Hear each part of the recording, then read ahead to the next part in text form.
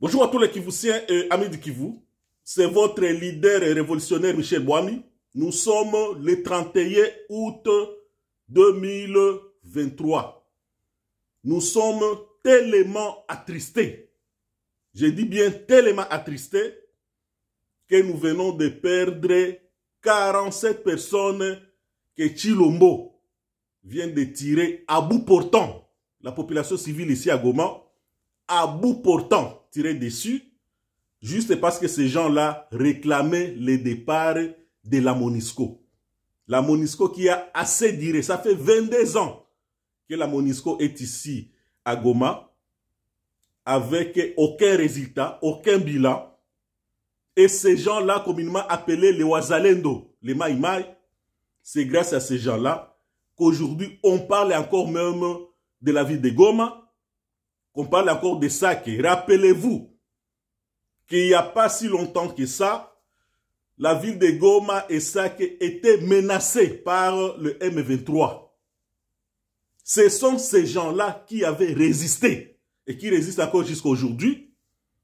Et ce sont ces mêmes gens que Tshilombo vient de tirer dessus. 47 personnes viennent de mourir ici à Goma. Kitu ingine tunapasha jua ni nini?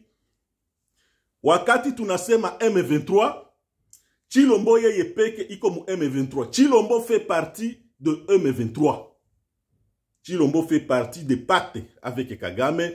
Tshilombo fait partie du M23. Les preuves en est que même mu union sacrée, quand on parle de l'union sacrée, Runiga, c'est le président du M23, fait partie officiellement de l'union sacrée.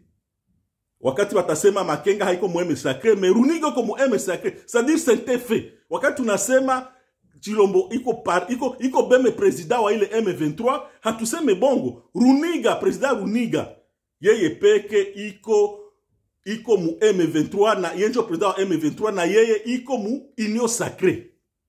Officiellement, je dis bien officiellement mu union sacrée.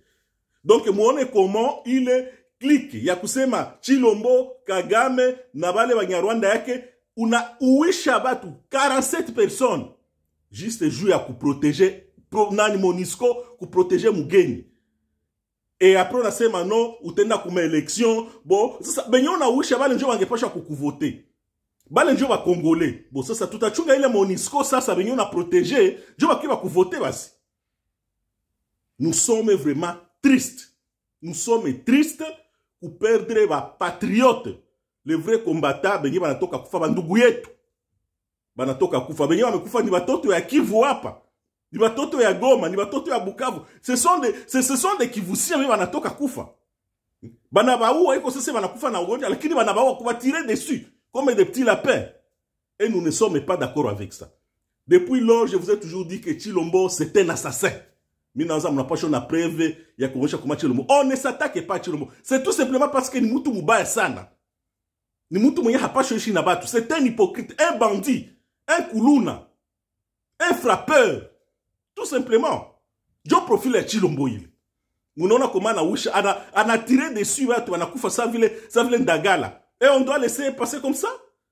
Non. Hatuwezi itika batu simple ba leader ya Kivu hatuwezi itika bitu ipi na mwenye hata sema reagir mu bitu bale wewe anajita sa vile baba Julien Paluku si bale baba Mwindo Nzange consort si ba Vital Kamerhe kama ba reagir mu situation bote tutabatia njia moya. Ce sont des bandits tout simplement. Hautatoka tu tirer kwa watu na watu bakufe tu hivi. Hatuwezi itika bitu ya vile hapana.